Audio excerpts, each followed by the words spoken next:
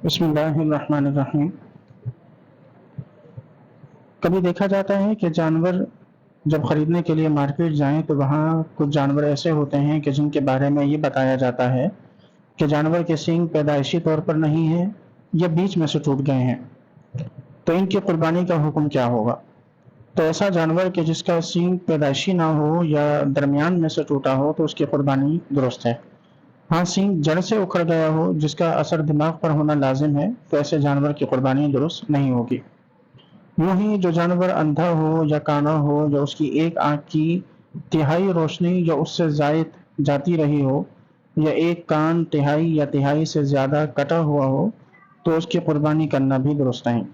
جو جانور اتنا لنگڑا ہو کہ صرف 3 پاؤں سے چلتا ہے، چوتھا پاؤں زمین پر رکھتا ہی نہیں یا رکھتا تو ہو مگر اس سے چل نہیں سکتا تو ایسے جانور کی قربانی بھی درست نہیں۔ اور اگر چلنے میں چوتھے پاؤں کا سہارا تو لیتا ہے مگر لنگڑا کر چلتا ہے تو اس کی قربانی درست ہے۔ یوں ہی اگر جانور اتنا دبلا ہو کہ اس کی ہڈیوں میں گودا تک نہ رہا ہو تو ایسے جانور کی قربانی بھی درست نہیں ہے۔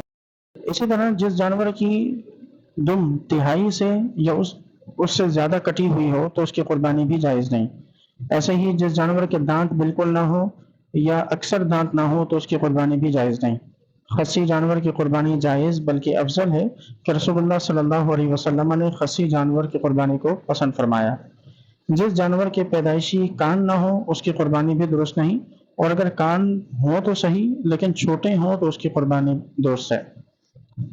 ایسے ہی جس جانور کے جسم پر خارش ہو تو اگر خارش کا اثر صرف جلد تک محدود ہو تو اس کی قربانی کرنا درست ہے، اور اگر خارش کا اثر گوشت تک پہنچ گیا ہو اور اس کی وجہ سے وہ لاغر اور دبلا ہو گیا ہو تو اس کی قربانی درست نہیں ہے۔ اونٹ، گائے اور بھینس کا اگر ایک تھن خشک ہوا ہو تو قربانی جائز ہے، لیکن اگر 2 تھن خشک ہو جائیں یا کٹ جائیں تو پھر قربانی جائز نہیں ہوگی۔